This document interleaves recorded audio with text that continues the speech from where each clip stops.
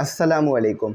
तो भाई आज इम्पॉर्टेंट वीडियो है एक, क्योंकि मैंने मैथमेटिक्स का आपको मॉडल पेपर सॉल्व कराना है और आज उसका पार्ट 2 है।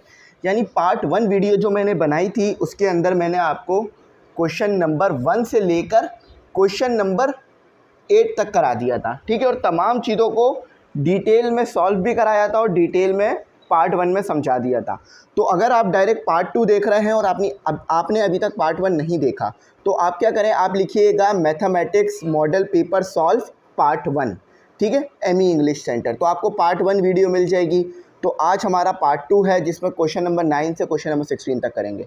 एक बार फिर बता दूं कैसे सर्च करना है, mathematics model paper part 1 ME English centre, बस ये लिखिएगा, आपको वीडियो मिल जाएगी इंशाल्लाह। उसमें क्वेश्चन नंबर 1 से लेकर 8 तक है, क्योंकि ये थोड़ी सी बड़ी इसमें जो है वो हमारे पास सॉल्यूशंस हैं। ये थोड़ा सा बड़ा मॉडल पेपर है तो इसलिए मुझे 2 पार्ट्स बनाने पड़े हैं। तो आज भी ये काफ़ी ज़्यादा टाइम लेगा, लेकिन इंशाल्लाह क्वेश्चन नंबर 9 से 16 तक तमाम क्वेश्चंस मैं आपको कराऊंगा, जिसमें सबसे ज़्यादा मोस्ट इंपॉर्टेंट क्वेश्चन आपके पास क्वेश्चन नंबर 12 है।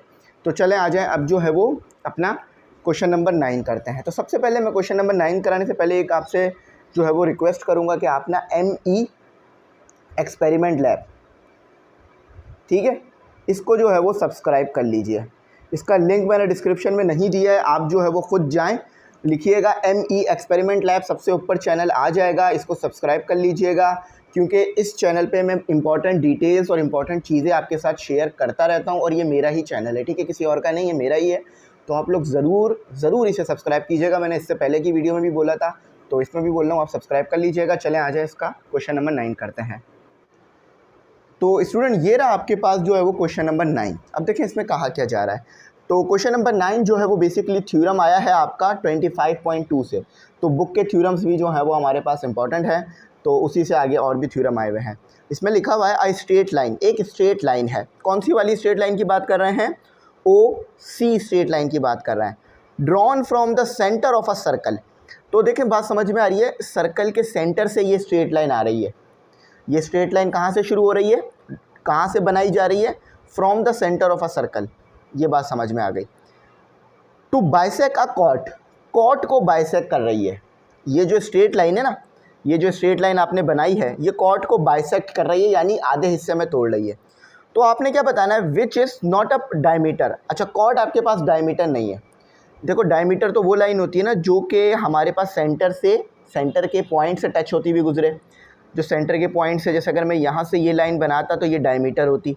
क्यों? क्योंकि ये लाइन आपके पास सेंटर को टच कर रही होती।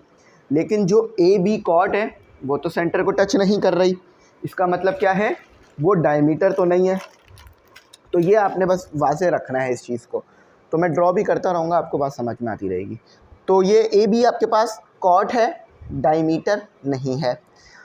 इस परपेंडिकुलर टू द कॉट। अब आपने बस ये प्रूफ करके बताना है कि क्या ये OC लाइन आपके पास AB लाइन के परपेंडिकुलर है या नहीं, यानी कॉट के परपेंडिकुलर है या नहीं। बस ये चीज़ आपने जो है वो प्रूफ करनी है। तो चलें देखें इसमें क्या कहते हैं आगे। सबसे पहले तो आपने एक सर्कल ड्रॉ करना होगा, क्योंकि थ्योरम सर्कल से रिलेटेड है। तो सबसे पहले, और आपको पता कैसे चला कि सर्कल ड्रॉ करना है? ये कॉट का लफ्ज़, क्योंकि भाई कॉट हमारे पास सर्कल में आती है ना, तो कॉट का लफ्ज़ है तो सर्कल ड्रॉ करेंगे। और सेंटर का लफ्ज़ भी आ रहा है, सेंटर भी हमारे पास सर्कल में आता है ना। अ circle with centre O, circle बनाया आपने, सेंटर को O नाम दे दिया आपने। एंड अ कॉट, और आपके पास कॉट है AB। देखो कॉट के लिए ना ये ऊपर जो इसके ऊपर बार का सिंबल है ना, स्ट्रेट लाइन का, यही इस्तेमाल होता है। Which does not pass through O। अच्छा, ये AB O से पास नहीं हो रही, यानी O के पॉइंट को टच नहीं कर रही, यानी ये कॉट है, डायमीटर नहीं है। Is that not a diameter. A straight line OC, एक स्ट्रेट लाइन बनाई है आपने OC और वो बाइसेक्ट कर रही है AB को। देखा मैं यहाँ पे बात समझ में आ रही है। अच्छा, बाइसेक्ट करने का मतलब क्या होता है कि भाई किसी भी चीज़ को 2 हिस्सों में बराबर तोड़ देना। फॉर एग्जाम्पल A से B तक आपके पास डिस्टेंस कितना है? 10 सेंटीमीटर का। तो जब आपने एक बाइसेक्टर बनाई ना, तो A से C आपके पास 5 सेंटीमीटर बचा, C से B आपके पास 5 सेंटीमीटर बचा, यानी AB लाइन 2 हिस्सों में टूट गई। फॉर एग्जाम्पल आपके फादर आपके लिए एक चॉकलेट बार ख़रीद के लाए, किसी भी अच्छी कंपनी की मज़ेदार चॉकलेट बार लाए। वो चॉकलेट बार जो थी आपके पास 6 सेंटीमीटर की थी, काफ़ी बड़ी चॉकलेट बार है। अब आपके फादर क्या करेंगे, उसे बाइसेक्ट करेंगे। क्यों? क्योंकि आपको भी उतनी ही मिले जितनी आपके भाई या बहन को मिले। आप 2 भाई बहन हैं, तो जितनी आपको मिले उतनी ही आपके बहन को मिले, तो इसलिए वो क्या करेंगे, चॉकलेट बार को बाइसेक्ट करेंगे, यानी 2 हिस्सों में बराबर तोड़ देंगे। तो 3 सेंटीमीटर आपको मिलेगी, 3 सेंटीमीटर आपकी बहन को मिल जाएगी। तो इसी तरह से ए भी आपके पास एक चॉकलेट बार है स्ट्रेट, और बीच में से बाइसेक्ट कर दी गई है, यानी ए सी आपके पास 3 सेंटीमीटर बची और बी सी आपके पास 3 सेंटीमीटर, अगर आप ए बी को 6 सेंटीमीटर मान रहे हैं। आपने ये चीज़ प्रूफ करके बतानी है कि ओ सी ए बी के परपेंडिकुलर है या नहीं। अच्छा, गिवन कंडीशन तो हमने पूरी लिख ली, जो कि हमें सवाल से ही मिल गई थी। याद रखना, पेपर में आपको कभी भी, मॉडल पेपर में भी आपने देख लिया, ना ही डायग्राम मिलेगी, ना ही आपको गिवन कंडीशन लिखी हुई मिलेगी, ना ही आपको ये लिखा हुआ मिलेगा क्या प्रूफ करना है। आपको यहाँ से खुद समझना होगा इस सवाल से, जैसे कि हमने समझा, और ना ही कंस्ट्रक्शन बनी हुई मिलेगी, कुछ नहीं मिलेगा, बस ये छोटा सा यहाँ से यहाँ तक का सवाल मिलेगा बस, ठीक है। इसके अलावा और कुछ आपको गिवन नहीं होगा, बाकी सब आपको खुद समझ के लिखना होगा। तो कंस्ट्रक्शन में हम क्या करते हैं, हम जो है, हमने तो बस क्या बनाया था, सेंटर बनाया था और ए बी बनाया था। बाकी हम ओ से लेकर ए तक का डिस्टेंस बनाएंगे और ओ से लेकर बी, ताकि एक ट्रायंगल बन जाए और हम ट्रायंगल को चेक कर सकें कि कौन सी साइड पैरेलल है, कौन सी साइड जो है वो किस साइड के बराबर है। तो आपने वो उसको याद रखना है, जो पीछे आपको जवाब मतलब वो दिया हुआ था डायग्राम। अच्छा देखो भाई, आपके पास 2 ट्रायंगल बन गए, ओ सी ए और ओ सी बी। अब आप बोलेंगे सर कौन कौन से हैं। देखो भाई, एक ट्रायंगल ये नज़र आ रहा है, O C A triangle 1, O C B triangle 2, ठीक है। 2 ट्रायंगल आपको नज़र आ गए। मैं समझा इसलिए रहा हूँ ताकि आपके लिए ना आसानी हो जाए और आपको अच्छा समझ में आ जाए, ठीक है। तो अब दोनों ट्रायंगल को हम कंपेयर करेंगे। तो भाई दोनों ट्रायंगल में आपके पास ओ सी, ओ ए और ओ बी क्या है, रेडियस है, बिल्कुल ठीक। तो देखो भाई, रेडियस तो आपके पास सर्कल में कहीं भी निकालो सेम आता है। फॉर एग्जांपल समझाने के लिए बता रहा हूँ, जैसा कि मैंने ये जब सवाल कराया था तो समझाया था कि मैं रेडियस जो है ना ओ से लेकर डी ले लेता हूँ, ठीक है, यहाँ से लेकर यहाँ। तो देखो ओ से लेकर डी तक का रेडियस, जो ओ से लेकर डी रेडियस आ रहा है ना, रेडियस भी एक स्ट्रेट लाइन होती है, रेडियल सेगमेंट, और ओ से लेके ए तक का रेडियस और ओ से लेके बी तक का रेडियस, ये सब बराबर होंगे आपस में, क्योंकि एक सर्कल में जहाँ भी कहीं रेडियस बनते हैं वो बराबर आते हैं। सर्कल आपके पास है, सर्कल का मतलब ही ये होता है कि सेंटर से लेकर सरकमफेरेंस पर जो पॉइंट है, उन दोनों को अगर आप एक लाइन से मिला देते हो तो वो रेडियस बनता है, यानी वो जो लेंथ होती है वो रेडियस होती है, और वो हमेशा सेम आती है। तो ए भी सरकमफेरेंस पे पॉइंट है, बी भी सरकमफेरेंस पे एक पॉइंट है। ये सर्कल की बाउंड्री को सरकमफेरेंस कहते हैं। फिर बताता हूँ, सर्कल की बाउंड्री को सरकमफेरेंस कहा जाता है। सर्कल के सेंटर को, यानी जहाँ पर आपने कंपास का टिप रखी होती है, उसे आप सेंटर कहते हो। और ये ए सरकमफेरेंस पे मौजूद एक पॉइंट है, तो ओ से लेकर ए तक का डिस्टेंस रेडियस बनेगा। क्यों? क्योंकि ओ सेंटर है, ए सरकमफेरेंस पे एक पॉइंट है, ठीक है। तो इसी तरह से ओ और बी भी रेडियस है आपके पास। तो देखें, ओ ए ओ बी तो बराबर आएगा। और अब आ जाते हैं ए सी और बी सी, ये भी बराबर आएगा। क्यों? क्योंकि उन्होंने आपको कह दिया था, क्या कहा था, कि ए सी और बी सी, यानी सी ने बाइसेक्ट किया है, तो सी जब बाइसेक्ट करेगा तो ये बात तो समझ में आने वाली ही है कि ए से लेके सी और सी से लेके बी तक का डिस्टेंस बराबर आएगा। यानी एक लाइन को अगर आप बीच में से काटोगे तो ये जिस पॉइंट से आप काट रहे हो, एक हिस्सा ये बन गया आपके पास और एक हिस्सा ये बन गया। तो ए से लेकर सी बराबर आएगा सी से लेकर बी, स्ट्रेट लाइन, ठीक है। ये याद रखेंगे आप लोग, तो देख लीजिए। और इसी के साथ एक और चीज़ देखिए कि दोनों ट्रायंगल में एक चीज़ कॉमन है, मतलब ट्रायंगल ओ सी ए ओ सी बी में एक चीज़ कॉमन है। वो क्या है? ओ सी। अगर आप ये वाला ट्रायंगल नहीं देखें, ट्रायंगल 1 देखें, तो ओ सी आपको फिर भी नज़र आएगा। अब आप अगर ट्रायंगल 2 देखें तो भी आपको ओ सी फिर भी नज़र आएगा। तो यानी दोनों में सेम चीज़, अगर किसी चीज़ मतलब अगर आपने किसी चीज़ में किसी 2 चीज़ों में सेम चीज़ इस्तेमाल कर रहे हैं, तो वो चीज़ सेम जो इस्तेमाल करेंगे वो तो बराबर ही रहेगी ना। मतलब आपके पास 2 ट्रायंगल है, दोनों ट्रायंगल में ओ सी सेम है, तो इस तरफ से देखो या उस तरफ से देखो, दोनों ट्रायंगल में ओ सी वाली साइड तो सेम ही आएगी। तो देखो सेम आ गई। अब ये बात तो प्रूफ हो गई कि दोनों ट्रायंगल आपके पास कॉन्ग्रुएंट है, यानी जो अब कॉन्ग्रुएंट का मतलब ये नहीं होता कि तीनों साइड्स आपस में बराबर आएंगी, नहीं, कॉरिस्पॉन्डिंग। अब ओ ए से मिलती जुलती साइड दूसरे ट्रायंगल में कौन सी है? ओ सी, यानी मिलती जुलती, एक जैसी, आइडेंटिकल। अब मैं बोलूँ ओ ए जैसी साइड दूसरे ट्रायंगल में कौन सी है, तो आप बी सी तो नहीं बोल सकते, क्योंकि देखो बी सी तो छोटी भी है और एक एंगल भी नहीं बना रही। आप सिर्फ और ओ सी भी नहीं कह सकते आप, क्योंकि ओ सी तो स्ट्रेट में आ रही है। आप बोलोगे सर ओ बी ही है, तो ओ ए ओ सी के ओ बी के सेम होगा, ओ ए ओ बी के सेम होगा। इसी तरह से मैं पूछूं ए सी मिलती जुलती साइड दूसरे ट्रायंगल में कौन सी है, तो आप बोलोगे बी सी है। तो ये आपको याद रखनी होंगी चीज़ें। ये हमारी एक्चुअल डायग्राम फिर आ गई। अच्छा देखो भाई, ये तो हमें पता चल गया दोनों ट्रायंगल सेम है, ट्रिपल एस पोस्टुलेट से। ट्रिपल एस का मतलब क्या होता है कि तीन साइड सेम होनी चाहिए। अगर किसी भी ट्रायंगल में तीनों साइड सेम आ गई हैं तो वो कॉन्ग्रुएंट हो गए हैं। अच्छा अब देखो यहाँ पर देखो आपके पास क्या है, एंगल सी असल एंगल है हमारे पास। क्यों?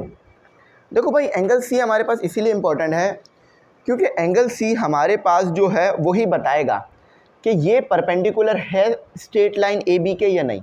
अगर एंगल सी 90 का आ गया, देखो भाई जब भी कोई चीज़ परपेंडिकुलर होती है यानी एंगल 90 का बनाएगी। फॉर एग्जांपल ये मैंने एक लाइन बनाई है ए बी लाइन पर। अब अगर ये 90 की लाइन होती, मतलब ये जो लाइन बनाई है ये 90 होती, तो ये ऐसे नहीं बनती, ये ऐसे बनती, तो ये परपेंडिकुलर हो जाती। ठीक है, तो बस अगर 90 का एंगल आ गया तो बात समझ लेना परपेंडिकुलर हो गई।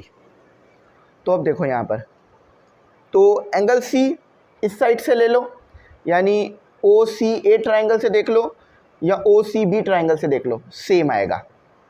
ये बात समझ आ गई ना? यहाँ से बात क्लियर हो गई। बात क्लियर हो गई, कैसे क्लियर हो गई? कि ए बी आपके पास स्ट्रेट लाइन पे बन रहा है, ए बी आपके पास एक स्ट्रेट लाइन है, उस स्ट्रेट लाइन पर एक एंगल बन रहा है एंगल सी। आपको ये बात पता है कि जब स्ट्रेट लाइन हो और उस पर दो एंगल बन रहे हो, एक एंगल सी यहाँ से बन रहा है, एक एंगल सी वहाँ से बन रहा है, तो आपको ये बात पता है कि जब स्ट्रेट लाइन हो और दो एंगल बन रहे हो तो दोनों का सम 180 आएगा। याद रखना स्ट्रेट लाइन पर जो दो एंगल बनते हैं, जैसे कि ये वाला एंगल ले लो ए सी ओ, ठीक है, एक एंगल ये आ गया ए सी ओ और एक एंगल ये आ गया ओ सी बी ले लो, ओ सी बी, तो इन दोनों को जब ऐड करोगे 180 आएगा। क्या आएगा? 180 आएगा। क्यों? क्योंकि स्ट्रेट लाइन पे बन रहे हैं। देखो दोनों को ऐड कर दिया गया, ओ सी ए ओ सी बी। देखो यहाँ मैंने ओ बाद में लिखा है, कोई मसला नहीं है, आप चाहो तो यहाँ ओ लिख लो, यहाँ ए लिख लो, ठीक है, कोई मसला नहीं है। तो ओ सी ए ओ सी बी। अच्छा अभी आपने ऊपर पढ़ा कॉन्ग्रुएंट ट्रायंगल की कंडीशन से कि कॉरिस्पॉन्डिंग साइड्स और कॉरिस्पॉन्डिंग एंगल्स बराबर आते हैं। इस वाले एंगल से मिलता जुलता एंगल ये वाला एंगल है ना, ये वाला एंगल है, ये वाला एंगल है, यानी इस जैसा एंगल दूसरे ट्रायंगल में ये है, ये दोनों सेम है और 180 के बराबर आएंगे दोनों का सम, तो दोनों सेम है। तो आप क्या करोगे, आप क्या कर सकते हो, आप चाहो तो ए सी बी की जगह आप ओ सी बी की जगह आप ओ सी ए भी लिख सकते हो। तो इन दोनों का सम वैसे तो 2 आ जाएगा, मतलब यहाँ पर ना 2-3 स्टेप मिसिंग है, वो मैं आपको बता देता हूँ। यहाँ लिख देता हूँ कि ये आपके पास ना 2, क्योंकि दोनों तो सेम है यानी ऐड होकर 2 बन जाएगा। आपको पता है ना, सेम चीज़ों को आप ऐड कर सकते हो। फॉर एग्जांपल a प्लस ए क्या हो सकता है? 2a, है ना, क्योंकि a भी सेम या भी a सेम, तो 2a हो जाएगा। और इसी तरह से आपके पास क्या है? 180, तो 2 यहाँ पर लाके डिवाइड कराओगे तो क्या आ जाएगा आपके पास? ये a है, ठीक है, तो यहाँ पर लाके 2 ऐड कराओगे तो क्या, डिवाइड कराओगे तो क्या हो जाएगा? 90। तो ये बात साबित हो गई कि ओ सी ए 90 के बराबर आ रहा है। तो ये बात साबित हो गई हमारे पास कि ये जो लाइन है ना ओ सी वाली, ये परपेंडिकुलर है ए बी के, और ये हमने प्रूफ करके भी देख लिया। तो 12 मिनट लग गए। उसकी वजह ये है कि सवाल थोड़ा सा लेंदी था, मुझे समझाना था डिटेल में जाकर, क्योंकि बहुत इंपॉर्टेंट सवाल था, ये पेपरों में आ सकता है, ठीक है। अच्छा अब आ जाओ अपना क्वेश्चन नंबर 10 करते हैं। तो नेक्स्ट क्वेश्चन ये रहा, ये क्वेश्चन है आपके पास 10th, क्वेश्चन नंबर 10 है, ठीक है। तो देखो क्वेश्चन नंबर 10 में क्या कहते हैं, क्वेश्चन नंबर 10 में आपको कह रहे हैं कि आप यहाँ लिख लो पहले, तो क्वेश्चन नंबर 10 है, ठीक है। और ये चैप्टर आपके पास 27 है, थ्योरम 27.4 है, आपको ये बात याद रहेगी, बहुत छोटा सा थ्योरम है, जिसमें आपसे ये कहा जा रहा है इफ़ द एंगल सबटेंडेड, देखो सबटेंडेड का मतलब होता है बनना, सबटेंडेड का मतलब क्या होता है बनना। अगर एंगल्स, देखो यहाँ एंगल नहीं लिखा है, एंगल्स लिखा है, यानी ये एंगल 1 और एंगल 2 की बात हो रही है। If the angle subtended by 2 chords of a circle, देखो कह रहे हैं कि दो कॉर्ड हैं, एक नहीं है, दो कॉर्ड है, ए बी और पी आर, और इन ए बी और पी आर पे हमने लाइनें ड्रॉ करी तो दो एंगल बने हैं, एक एंगल 1 एक एंगल 2 बना है आपके पास। अच्छा, कॉन्ग्रुएंट सर्कल्स, अच्छा आप यही काम ना दो सर्कल बना के भी कर सकते थे, जैसे कि एक सर्कल ऐसे बना लेते, एक सर्कल बराबर में बना लेते, फिर वहाँ पर आप कॉर्ड ड्रॉ कर देते, ठीक है, ऐसे कर। लेकिन आप चाहो तो एक ही सर्कल में भी ये दोनों कॉर्ड बना सकते हो, या दो अलग अलग सर्कल में ये कॉर्ड बना सकते हो, ये इस तरह भी हो सकता है, अब आपकी मर्ज़ी है। देखो ये सवाल दो तरीके से हो सकता है, इस तरीके से हो सकता है और इस तरीके से हो सकता है, आपकी मर्ज़ी है आप किस तरीके से करो, ठीक है। ये कह रहे हैं ना फॉर टू अगर ये वाला जब सोल्यूशन लिखोगे जब आप दो सर्कल अज्यूम करोगे, यानी दो सर्कल लोगे, और ये आप इस सोल्यूशन जब लिखोगे जब आप एक सर्कल लोगे। तो एक सर्कल के लिए कर लो, ये ज़्यादा आसान है, फिर दो सर्कल कहाँ बनाओगे पेपर में, एक सर्कल बनाओगे तो ज़्यादा आसानी से बन जाएगा, दो सर्कल टाइम भी लेंगे बनने में और फिर उनके लाइनें ड्रॉ करने में। तो ये पहला वाला तरीका करते हैं। दूसरा वाला तरीका नीचे ही लिखा है, वो मैं दिखा दूंगा। एट द सेंटर्स, अच्छा देखो सेंटर पे बन रहे हैं एंगल, कॉरिस्पॉन्डिंग सेंटर्स आर, अच्छा आपने ये बताना है कि अगर ये दोनों एंगल, एंगल 1 एंगल 2 बराबर आ रहा है तो क्या पी आर और ए बी भी बराबर आएगा, ये आपने बताना है। फिर बताता हूँ, अगर सेंटर पे बनने वाला एंगल 1 और एंगल 2 बराबर आ रहे हैं तो क्या पी आर और ए बी कॉट ये भी बराबर आएंगे, समझ गए ना बात, ये याद रखना बस, ये पूरा इसमें यही काम हो रहा है। और देखो जब भी ऐसा होगा ना तो बराबर आएंगे, याद रखना आएंगे बराबर। सर्कल विद सेंटर ओ, आपको पता है ये बात। हैविंग कॉट, एक कॉर्ड आपके पास पी आर है पाकिस्तान रेलवेज, और एक कॉर्ड आपके पास ए बी है। मैं जब भी ये पी आर का वर्ड आता है ना पाकिस्तान रेलवेज बोल रहा होता हूँ, क्योंकि रेलवे का सिस्टम मुझे बहुत ज़्यादा पसंद है, मतलब रेलवे, रेल्स, ये सब गाड़ियाँ मुझे बहुत पसंद है। अगर मुझे कभी पिकनिक करने का शौक़ होता है ना या घूमने फिरने का, तो मैं रेलवे स्टेशन जाने की कोशिश करता हूँ, क्यों वहाँ पर ना बहुत ऐसा लगता है कि मुसाफिर जो है ना अपनी अपनी मंजिलों को जा रहे होते हैं, और खुश होते हैं लोग जब अपनी मंजिलों को जाते हैं, घरों को जाते हैं तो खुश होते हैं, तो एक अलग सी फील आती है, खुशी होती है उन लोगों को देखकर। चलो भाई अब आ जाओ पढ़ाई पे। The angles subtended by both arc, अच्छा आर्क कौन सी है याद रखना, ये ए बी आर्क है, ये देखो ये जो है ना ये आर्क है, ठीक है, ये और ये माइनर आर्क हैं, ये याद रखिएगा क्योंकि मेजर वाली नीचे की तरफ है। तो एंगल ओ, देखो मैंने तो उसे एंगल 1 एंगल 2 का नाम दिया था, लेकिन बेसिकली वो एंगल ओ है, उसको ओ भी कहा जा सकता है जैसे कि कहा जा रहा है। ऊपर से देखोगे तो भी ओ है, नीचे से देखोगे तो भी ओ है, ठीक है। तो यहाँ पर देखो ए बी और पी आर ये बराबर हैं या नहीं, अगर एंगल 1 एंगल 2 सेम है, या एंगल ओ ऊपर वाले के लिए सेम है या एंगल ओ नीचे वाले के लिए सेम है। सबसे पहले तो आपने वही सेम काम करना है कि आपने जो है ना, मैं यहाँ बताता हूँ, आपने ओ को ए से मिलाना है, देखो ये कह रहे हैं ना ज्वाइन ओ विथ पी, ओ को पी से भी मिलाना है और ओ को आर से भी मिलाना है, एंड ऑल्सो विथ ओ को ए से भी मिलाना है, ओ को बी से भी, ताकि दो ट्राइंगल्स ड्रॉ हो जाएं और आप आसानी से स्टडी कर सकें। तो भाई O A O B O R O B तो सेम होगा, क्यों, क्योंकि रेडियस है ना, हमने पढ़ रखा है सर्कल में O P O R O A O B ये सब रेडियस है, सेम होंगे। तो ओ से लेकर आर और ओ से लेकर बी रेडियस हैं, दो ट्राइंगल कंपेयर कर रहा हूँ अभी, बेसिकली उन्होंने लिखा नहीं है लेकिन ये कंपेयर हो रहे हैं। ओ से लेकर पी, ओ से लेकर ए सेम होंगे। और आपको एक और बात इन्होंने बता दी थी कि एंगल पी ओ आर यानी ये वाला angle 1, angle A O B angle 2 ये भी सेम है। आपको पता है दो साइड एक एंगल सेम आ जाए तो डबल एस ए पोस्टुलेट लगता है, तो देखो इसको डबल एस ए कह लो या एस ए एस पोस्टुलेट कह लो, एक ही बात है क्योंकि एस तो दो ही बार आ रहा है ना। तो दोनों ट्रायंगल कॉन्ग्रुएंट हो गए। अब आपको पता है अगर ट्रायंगल कॉन्ग्रुएंट हो गए तो कॉरिस्पॉन्डिंग साइड्स बराबर आएंगी। पी ओ के कॉरिस्पॉन्डिंग साइड कौन सी थी, ओ ए, माशाल्लाह आपको समझ आ गई बात। ओ आर के कॉरिस्पॉन्डिंग साइड कौन सी थी, और कॉरिस्पॉन्डिंग एंगल भी बराबर आता है। ओ आर के कॉरिस्पॉन्डिंग साइड कौन सी थी, यानी ओ आर जैसी मिलती जुलती साइड, माशाल्लाह। O B. और पी आर के कॉरिस्पॉन्डिंग साइड कौन सी थी? हाँ बिल्कुल ठीक, बिल्कुल ठीक। चलो ए बी सही है। तो यही तो प्रूफ करना था कि P R A B same आ जाए। देखो आ गया। अब यही चाहो तो दो ट्रायंगल के लिए कर लो, काम सेम ही होगा। दो सर्कल के लिए कर लो तो दो ट्रायंगल भी बनेंगे, काम सेम ही होगा। सेम ही चीज़ लिखोगे, बस आप लिख देना we have two circles, two congruent circles. वहाँ एक कॉन्ग्रुएंट सर्कल था, यहाँ दो कॉन्ग्रुएंट सर्कल्स हैं। तो ये हमारा क्वेश्चन 10 था। सेम चीज़ लिखी हुई है, कुछ भी अलग नहीं है, सेम पोस्टुलेट लगा हुआ है, सेम काम हुआ हुआ है। आ जाओ अब इसका ना पार्ट 2 बोल रहा हूँ, क्वेश्चन 11 करते हैं। तो अब आपके सामने मौजूद है क्वेश्चन नंबर 11, मतलब जो थ्योरम का क्वेश्चन नंबर 11 आया हुआ है आपके पास। ठीक है, इसे लिख लो। और ये आपके पास 28 चैप्टर से आया है। 29 चैप्टर से ना ड्रॉ करने वाला सवाल आया है, जो कि मैं आगे कराऊंगा। ठीक है, वो मैं करा दूंगा, इसी के बाद कराऊंगा। तो यहाँ देखो क्या कहते हैं, the angle in a segment less than a semi circle. देखो वो कह रहे हैं कि जो तुम्हारे पास सेगमेंट में एंगल बन रहा है ना, सेगमेंट में जो एंगल बन रहा है वो लेस है सेमी सर्कल से।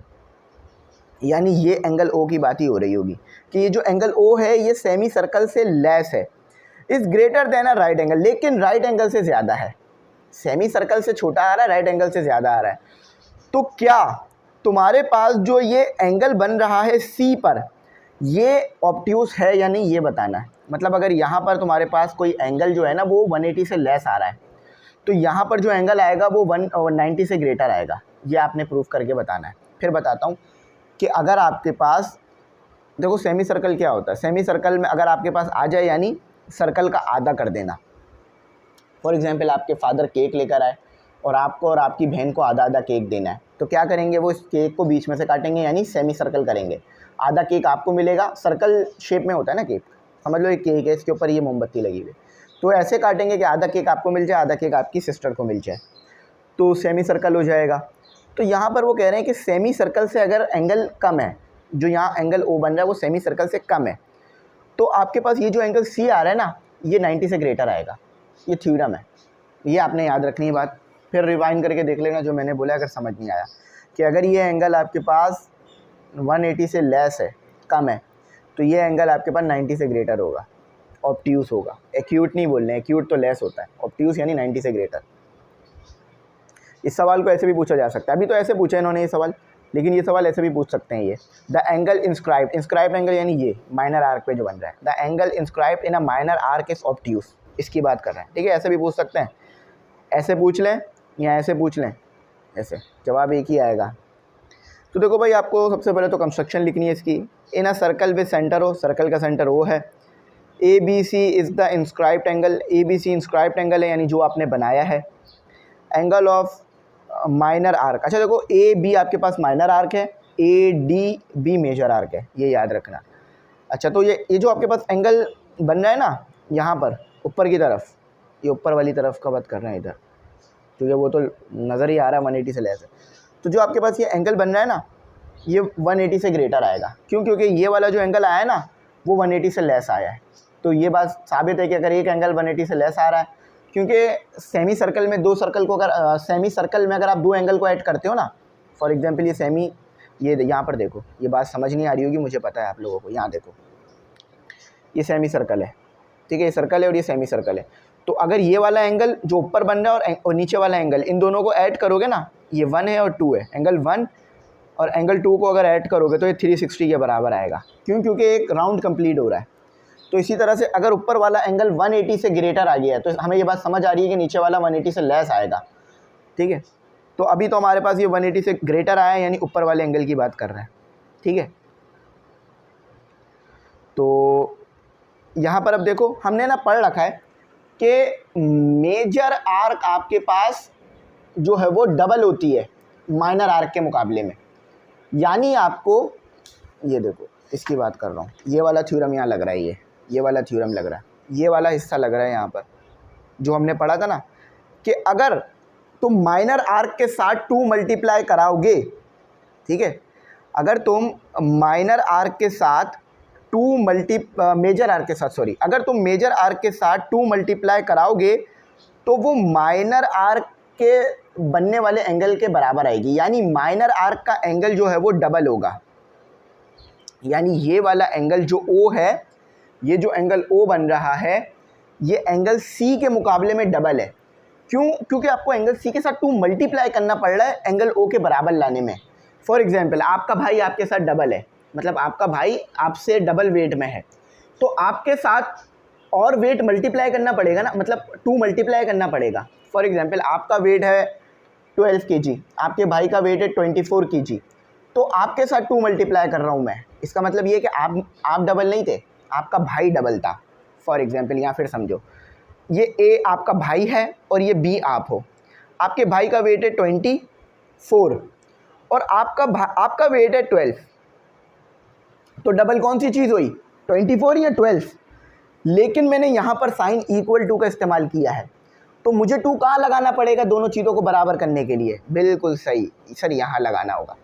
तो अगर मैं माइनर आर्क को डबल कर रहा हूँ, अगर मैं मेजर आर्क को डबल कर रहा हूँ, मेजर आर्क ये वाली, अगर मैं मेजर आर्क को डबल कर रहा हूँ, इसका मतलब अगर मेजर आर्क के साथ मैं 2 मल्टीप्लाई कर रहा हूँ, इसका मतलब ये है कि माइनर आर्क आपके पास 2 गुना थी, तो जब भी आपने मेजर आर्क के साथ 2 मल्टीप्लाई किया, बात समझ में आ गई ना, कि माइनर आर्क आपके पास डबल है और मेजर आर्क के साथ आप 2 मल्टीप्लाई जब भी कर रहे हो कि वो बराबर हो जाएं।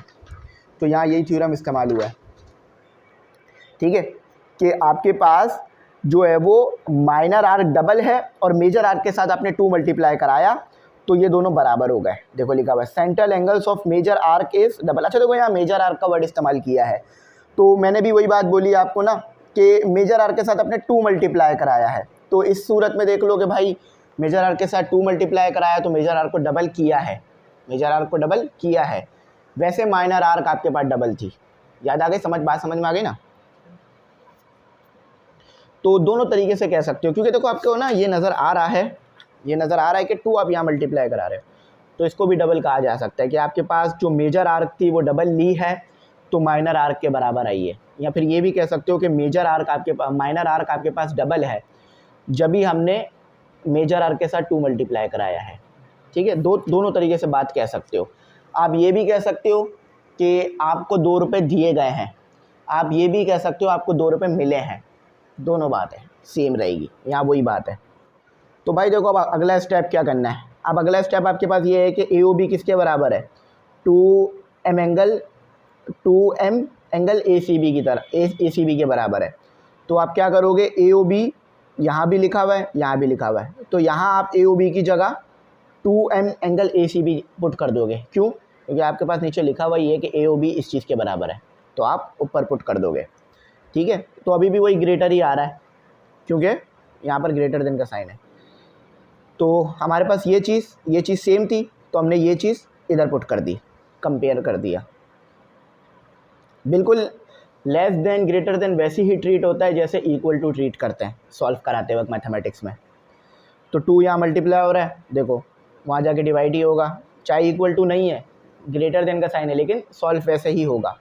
तो 2 यहाँ मल्टीप्लाई हो रहा है, यहाँ के डिवाइड, तो 180 से 2 डिवाइड करते हो 90 बचता है। तो ये बात साबित हो गई कि ACB वाला जो एंगल है आपके पास वो 90 से ग्रेटर आ रहा है, ठीक है। तो चलो अब ये थ्योरम्स हो गए हैं, अब अपन लोग वो करते हैं।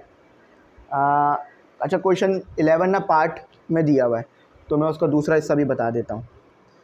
तो स्टूडेंट आपको जैसा कि पता है भाई, मैंने आपसे एक वादा किया हुआ है कि हर क्वेश्चन कराऊँगा, हर पार्ट कराऊँगा और हर एक्सरसाइज कराऊँगा, जैसे फिज़िक्स में भी करता हूँ, मैथमेटिक्स में। तो मैंने कहा ये क्वेश्चन छुड़वा देता हूँ, मतलब और करके दिया हुआ है। तो लेकिन मैंने फिर ये कहा कि पेपरों में आ गया तो फिर शायद आप लोग बोलोगे कि सर करा देते तो हम ये क्वेश्चन आज कर लेते, तो इसीलिए भाई ये क्वेश्चन मैं करा रहा हूँ। अच्छा अब देखो वेरिएंस पता करने के लिए फॉर्मूला याद होना चाहिए, काम खुद ही हो जाएगा, ठीक है। फॉर्मूला क्या है? फॉर्मूला हमारे पास वेरिएंस पता करने के लिए है VAR इक्वल टू S का स्क्वायर। अब आप बोलोगे सर S का स्क्वायर क्या है? देखो S आपको पता है स्टैंडर्ड डेविएशन के लिए इस्तेमाल होता था, है ना, S, और S हमारे पास किसके बराबर था? अब S हमारे पास बराबर है square root summation x minus mean का square whole square divided by n। अच्छा समझाने में थोड़ा सा मुश्किल लग रहा होगा, अभी इसको ना S नहीं लो, मैं जानबूझ के ऐसा कर बल्कि ले ही लो, फिर अगर कोई बच्चा बीच में से वीडियो देख रहा होगा तो वो बोलेगा सर ने गलत कर दिया ना, इसलिए। तो देखो यहाँ ले लो, ऐसे ये आपके पास क्या होता है, स्टैंडर्ड डेविएशन, ठीक है, स्टैंडर्ड डेविएशन होता है। तो मैं लिखवाता हूँ, तो स्टैंडर्ड डेविएशन ऐसे करके आता है। ये फॉर्मूला याद रखना स्टैंडर्ड डेविएशन का भी। और समीशन, समीशन का क्या मतलब होता है, जितनी भी चीज़ें हैं वो सब ऐड होंगी। एक तो छोटी सी जगह में ना लिखना बड़ा मुश्किल होता है। समीशन का साइन तो मैं बनाता हूँ ना, तो जगह ज़्यादा ही चाहिए। और whole square divided by n, ये है आपके पास एस। लेकिन अब इसका स्क्वायर ले लोगे तो क्या हो जाएगा, ये स्क्वायर रूट जो है वो कैंसिल हो जाएगा। तो सिर्फ बचेगा क्या यहाँ पर, समीशन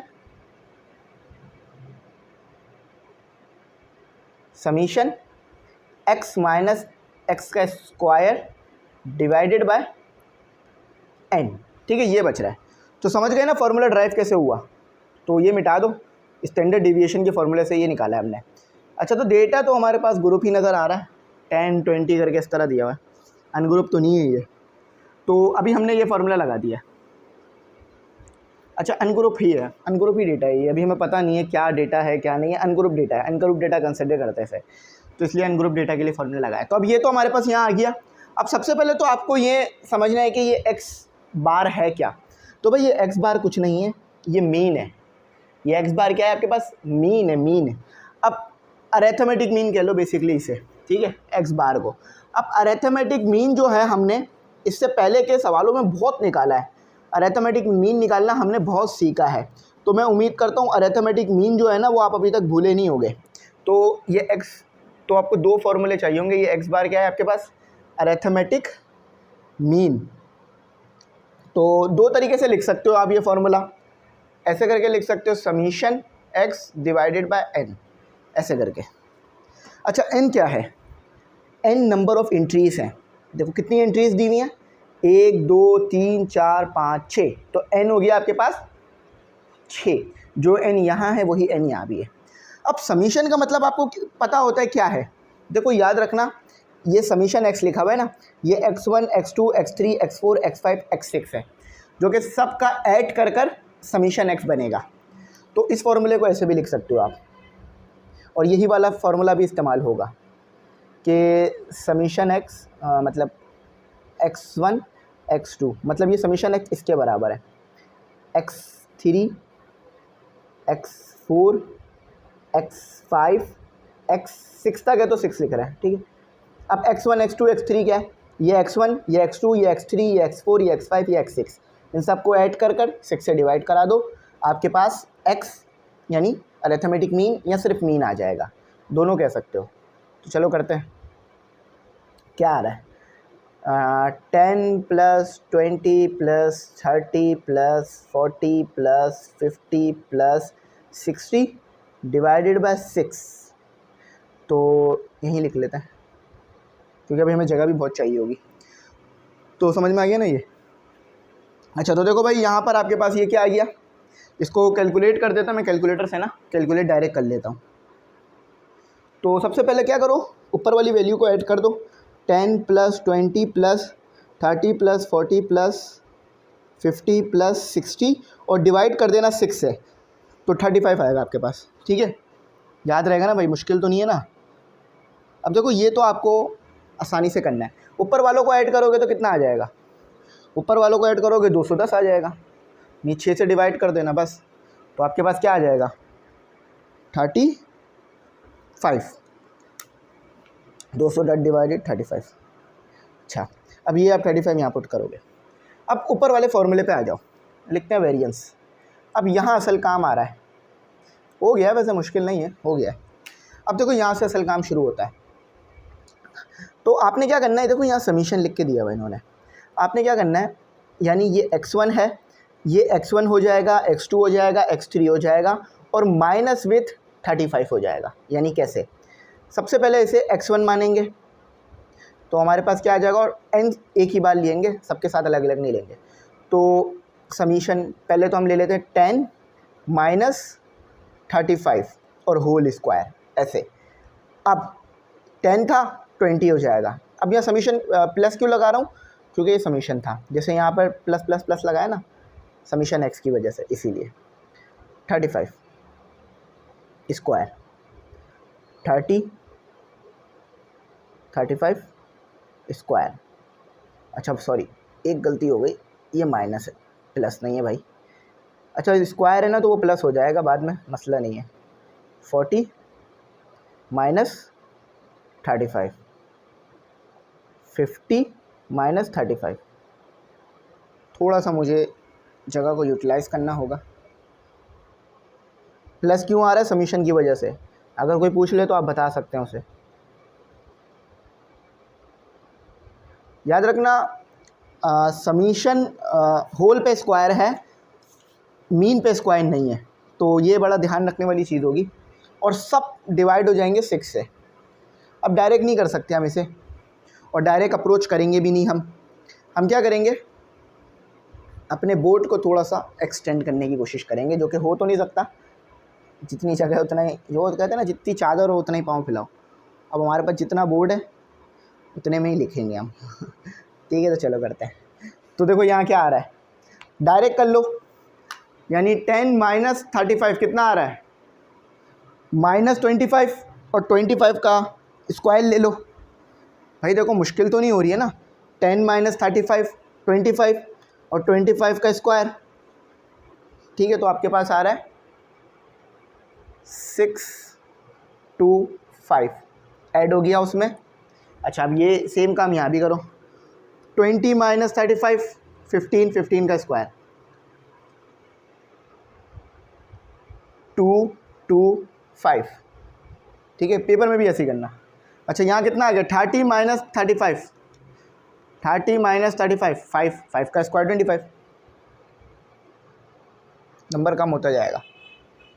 ये चोटी भी पढ़ने आई हुई है, चलो इसको भाई इग्नोर करना है, चोटी हमारे को तंग कर रही है। अच्छा 40 माइनस 35 5, फिर 5 का स्क्वायर 25।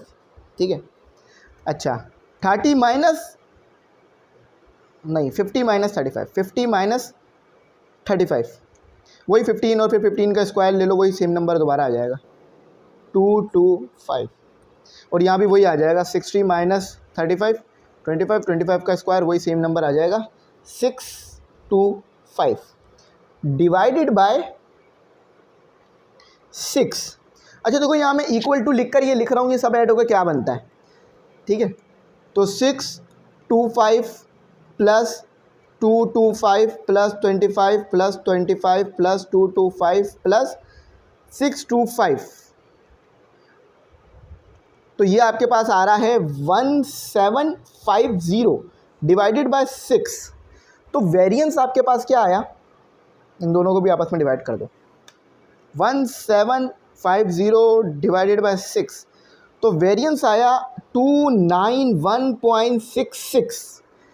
कोई प्रॉब्लम तो नहीं हुई होगी, मैं उम्मीद करता हूँ। ठीक है, कोई प्रॉब्लम नहीं हुई होगी और कोई गलती भी नहीं हुई होगी, ये भी उम्मीद करनी होगी। अच्छा यहाँ पे 6 नहीं आएगा, 7 आएगा, क्योंकि राउंड ऑफ कर रहा हूँ मैं नंबरों को। तो ये आंसर है हमारा।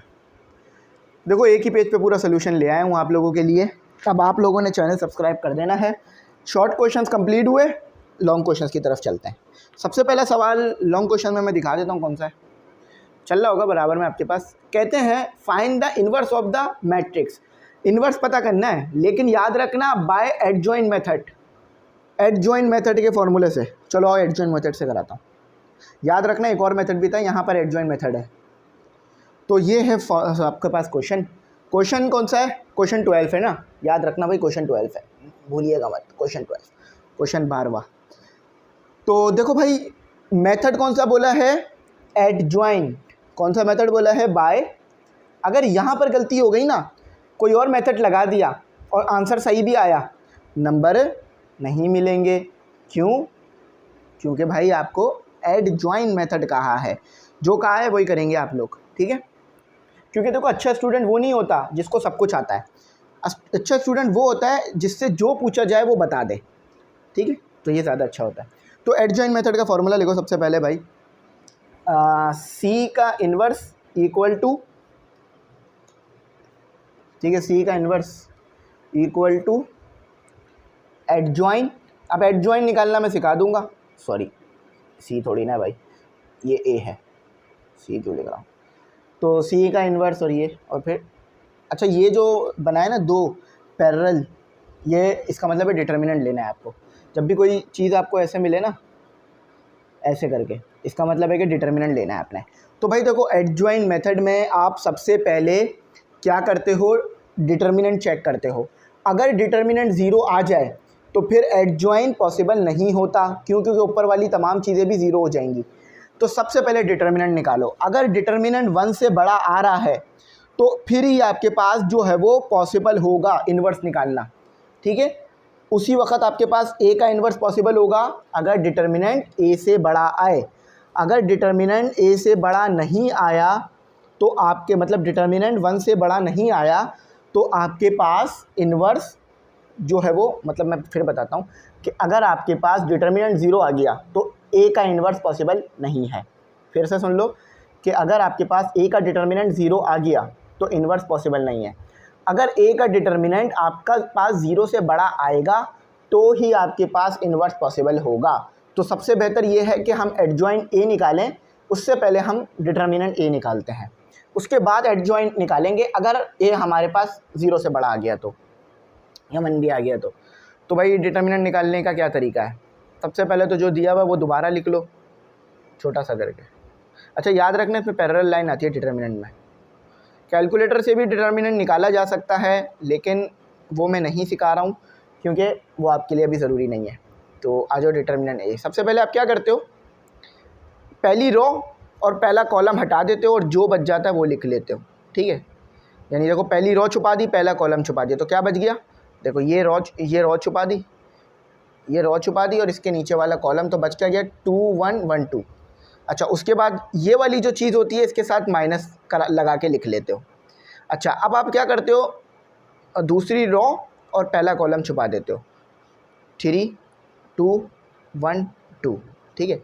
और इस वाली चीज़ के साथ प्लस लिख देते हो, ये वाली चीज़ प्लस। अब क्या करते हो, तीसरी रो और तीसरा कॉलम छुपा देते हो, तो 3 2 2 1 पिल्ले 3 2 2 1, ठीक है, ये हो गया। तो ये पढ़ाई का हिस्सा नहीं था जो मैंने अभी बोला, वो तो बस मैंने इसी मजाक में बोल दिया। अच्छा तो ये हो गया। अच्छा यहाँ 2 भी आएगा, ये 2 नहीं लिखा मैंने क्योंकि ये 2 भी आता है। अच्छा अब बस आपने क्या करना है, सॉल्व करना है। इसको कैसे सॉल्व करते हो आप, इसको आप ऐसे सॉल्व करते हो, डायरेक्ट करना चाहो तो डायरेक्ट कर सकते हो, 2 को 2 से मल्टीप्लाई कर दो, 1 को 1 से मल्टीप्लाई, बीच में माइनस, ऐसे भी कर सकते हो। या ऐसे भी चाहो तो एक स्टेप ऐसे लिख लो कि 2 2 से मल्टीप्लाई होगा, ये आपस में ऐसे मल्टीप्लाई होता है, पहले ये मल्टीप्लाई होता है फिर ये मल्टीप्लाई होता है, पहले 2 2 से होगा फिर 1 1 से होगा, और ये पैटर्न आपने फॉलो करना होगा वरना ये आंसर गलत आ जाएगा। आप ऐसे नहीं कर सकते, 1 2 को पहले मल्टीप्लाई नहीं कर सकते, आपको पहले 3 और 2 को ही मल्टीप्लाई कराना होगा और लिखना होगा। तो 3 2 -2 और ये 1, और बड़ा ध्यान से करना ये काम, क्योंकि ये टाइम तो लेता ही लेता है, लेकिन ज़रा सी भी गलती हो जाए, और यहाँ फॉर्मूले के लिए माइनस आ रहा है फॉर्मूले की वजह से, ठीक है, ज़रा सी भी गलती हो जाए यह आंसर गलत आ जाता है, तो इसका डिटर्मिनेंट आ जाएगा अब आपके पास। तो ये कितना हो गया 4 और ये 1, ठीक है, ये कितना हो गया 6 और ये हो गया 2, ये हो गया 3, ये हो गया 4। अच्छा तो देखो डिटर्मिनेंट क्या आ रहा है, यहाँ पर आपके पास आ गया 4 -1 3, तो 6 हो गया, ठीक है, माइनस, तो ये कितना हो गया आपके पास 4, और 4 1 से मल्टीप्लाई हुआ 4 ही रहा, तो ये हमारा क्या हो गया, ये हो गया हमारा -1, ठीक है। तो ये कितना हो गया हमारे पास, डायरेक्ट कर लोगे तो भी बात समझ में आ रही है कि ये हमारे पास हो गया 6 माइनस प्लस हो गया 5, तो ए जो है वो आपके पास आ रहा है 1, ठीक है, ये 1 आ गया। तो डिटर्मिनेंट तो ग्रेटर दैन 0 आया है, यानी इसका इन्वर्स पॉसिबल है, तो इन्वर्स पॉसिबल हो गया इसका हमारे पास, तो ये लिख लो यहाँ पे 1 आया। अच्छा अब यहाँ से मैं रिमूव कर रहा हूँ, यहाँ से मैं निकालूंगा इसका एडजॉइन। अब एडजॉइन का तरीका और फार्मूला देख लो कैसे होता है, एडजॉइन का तरीका और फार्मूला देख लो, और इसी को फॉलो करते रहना, आगे आपका काम चलता रहेगा। लेकिन थोड़ा सा ना बड़ा स्टेप है ये, क्योंकि ये बार बार फिर आपको ना रिपीट करना होगा। तो सबसे पहले आपने लेनी होगी पहली रो 1 1, ठीक है, पहली रो पहला कॉलम, और उसको आप कैसे लिखोगे, -1 कर और 1+1। अब यहाँ 1+1 क्यों लिख रहे हो कि पहली रॉ ले रहे हो और पहला कॉलम ले रहे हो, ठीक है। अच्छा पेंसिल नहीं मारना वरना मुश्किल हो जाएगी। अच्छा पहली रॉ और पहले कॉलम में क्या आ रहा है, पहली रॉ छुपा दो पहला कॉलम। अच्छा ले रहे हो से मुराद ये है कि छुपाना है, उसके नंबरों को नहीं लेना, वैनिश करना है। देखो ये छुपा दिया, ये छुपा दिया, तो 2 1 2 1 1 2 आ रहा है, ठीक है। ये हटा दिया, ये हटा दिया, तो क्या बच रहा है, देखो मैं जहाँ लाइन मार रहा हूँ ना, ये चीज़ हटा दी और ये चीज़ हटा दी, तो क्या बचा 2 1 1 2। अच्छा अब इसको यहाँ सॉल्व करके लिख दो, इधर ही बराबर में कर दो, तो ये कितना हो गया 1 और स्क्वायर, 1+1 स्क्वायर हो गया। अच्छा आप इन दोनों को यहाँ डायरेक्ट सॉल्व कर दो जैसे मैंने सिखाया था, 2 × 2 4 हो गया और -1 हो गया। अब इन दोनों को सॉल्व कर दो, क्या आ रहा है आपके पास, तो 1 का स्क्वायर और माइनस है तो वो माइनस ख़त्म हो जाएगा क्योंकि पावर इवन है, तो ये 1 ही बचेगा, तो 3 आपके पास आ रहा है। आपके पास क्या आया, 3 आया, यानी C11 की जगह आप लिख सकते हो 3। अभी वो C नहीं है भाई, ये A है, ये गलती हो रही है, ये A11 है, ठीक है, वो C11 लिख दिया, A11 है। अच्छा A12 इसका क्या मतलब होगा कि -1 और यहाँ 1 तो रहेगा क्योंकि यहाँ 1 है और फिर 2 हो जाएगा। अब यहाँ पर क्या करना है, पहली रॉ और पहली रॉ और दूसरा कॉलम हाइड कर देना है। देखो ये जो 1 है ना, ये रॉ को बता रहा है और ये जो आपके पास आ रहा है ना, ये कॉलम को बता रहा है। तो आपने क्या करना है, पहली रॉ यानी ये वाली चीज़ और इस वाली चीज़ को हटा देना है, इस वाली चीज़ को और इस वाली चीज़ को हटा देना है, और इसके अलावा जो बच रहा है उसको लिख लेना है। इसके अलावा क्या बच रहा है, 3 2 1 2, ठीक है। तो ये आपको समझ में आ गई बात। अब हम थोड़ा सा जल्दी भी कर सकते हैं इसे क्योंकि अब आप समझ गए हो। तो ये कितना हो गया 6 2, तो ये पावर, ये माइनस आएगा यहाँ पर, तो क्या बन जाएगा आपके पास -1। माइनस क्यों आ रहा है, क्योंकि पावर ऑड है, पावर ऑड होती है तो माइनस लिखा जाता है। और ये सॉल्व होकर क्या हो गया आपके पास, ये हो गया आपके पास 4, ठीक है। तो -4 आ रहा है, बिल्कुल ठीक है। यहाँ मैंने एक स्टेप इसलिए ज़्यादा लिया है क्योंकि यहाँ माइनस भी आ गया था, तो वो भी आपको समझाना था। अच्छा अब आपने लेना है A13, पहली रॉ और तीसरा कॉलम। अब पहली रॉ तो रहेगी ही रहेगी, तो अब मैं आपको ये बार बार मैं बनाऊंगा ना तो बहुत टाइम लग जाएगा और समझ भी नहीं आएगी आपको, ठीक है। तो ये मैंने इसको सही कर दिया। तो पहली रॉ नहीं लेनी आपने और तीसरी कॉलम नहीं लेनी, तो बच क्या जाएगा 2 3 2 2 1 बच जाएगा आपके पास, 3 पहली रॉ दूसरा कॉलम, सही 2 1, ठीक है, तो सही हो गया। तो अच्छा यहाँ पर क्या आएगा आपके पास 1+3, क्यों, क्योंकि यहाँ 1+3 है, तो -1 और ये कितना हो गया 4 हो गया आपके पास ना, 1+3 4 होता है ना, हमें पता है।